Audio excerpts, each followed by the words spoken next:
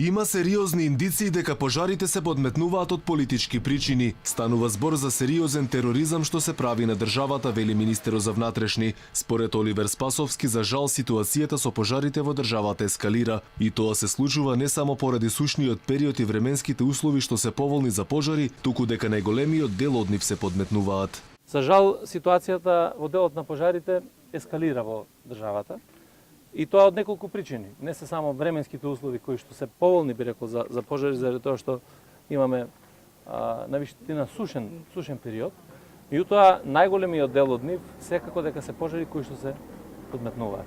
МВР досега има поднесено кривични пријави против 10 лица како сторители на пожари, а најголем дел од нив според министерот се во врска со бизнис интереси во делот на трговијата со дрва. Следниот случај беше во Крушево, кога беше уапсен директно во палење на шумски пожар и при тоа се одредува мерка домашен притвор или се пуштаат да се води таква постапка редовно.